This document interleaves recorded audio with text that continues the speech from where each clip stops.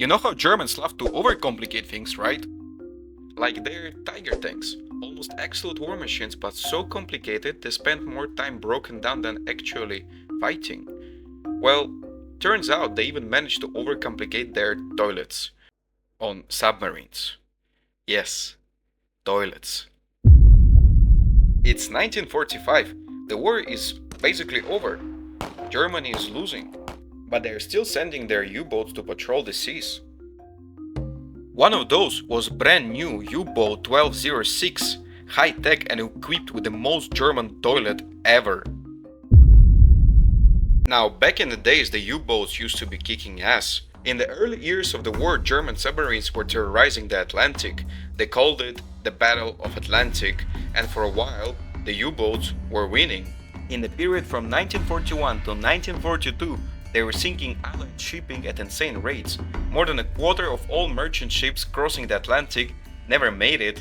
At their peak, U-boats were destroying over 600,000 tons of Allied shipping per month.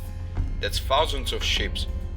In just a few months, U-boats sank so many ships that Britain was on edge of starvation. Food, oil, weapons, none of it managed to reach Britain. The Allies even called it the happy times for the U-boat crews, because for them it was basically an all-you-can-sing buffet. But let's come back to 1945. Here, the tide has turned. Sonars, radars, convoy carriers. Now the U-boats were the prey, not the hunters. On land, Germany was collapsing. The Soviets were storming for Poland, the Allies were breaking the Ardennes, and Reich was running out of time. But in the middle of this chaos, somewhere off the coast of Scotland, one U-boat would meet its end. And not because of the depth chargers or destroyers, but because of its own toilet. U-1206 was out on a regular patrol day. Nothing unusual, just another mission to harass Allied shipping. Like every U-boat, it had a schedule.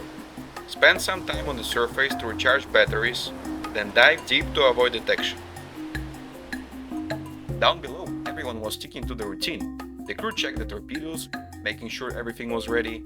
The engineer listened closely to the engines, because apparently that's what they do.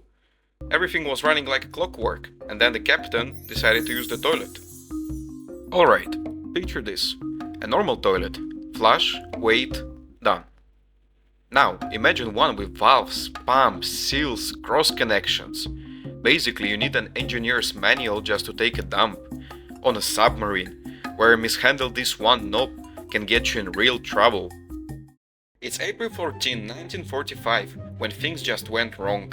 One officer messed up the valve, he called the technician, and they tried to fix it, but instead, the whole waste got flushed away and the seawater started flooding in. The water infiltrated the battery component, that triggered the release of the chlorine gas, and the submarine turned into a floating gas chamber for its own crew. Lovely, right? But this U-boat wasn't the only unlucky submarine out there. The U-boat fleet had a long history of, let's call them, creative exits. Like U-boat 972, which fired a torpedo that politely turned around and came straight back at them. Boom, gone. Or U-boat 120, which managed to sink itself with its own mine. Impressive efficiency, if you ask me. Then there was U-boat 791, a training boat. One day, someone messed up the ventilation and diesel fumes filled the submarine and the entire crew suffocated.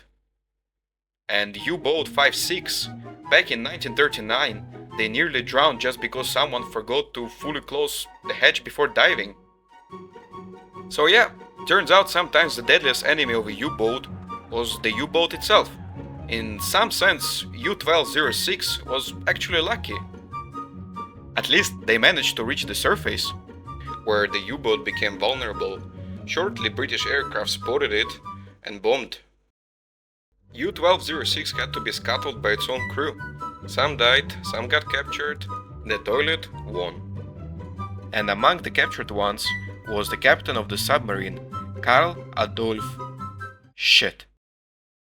Thanks for watching the video, guys. Don't forget to subscribe, put your thumbs up if you liked it, and I see you in the next videos.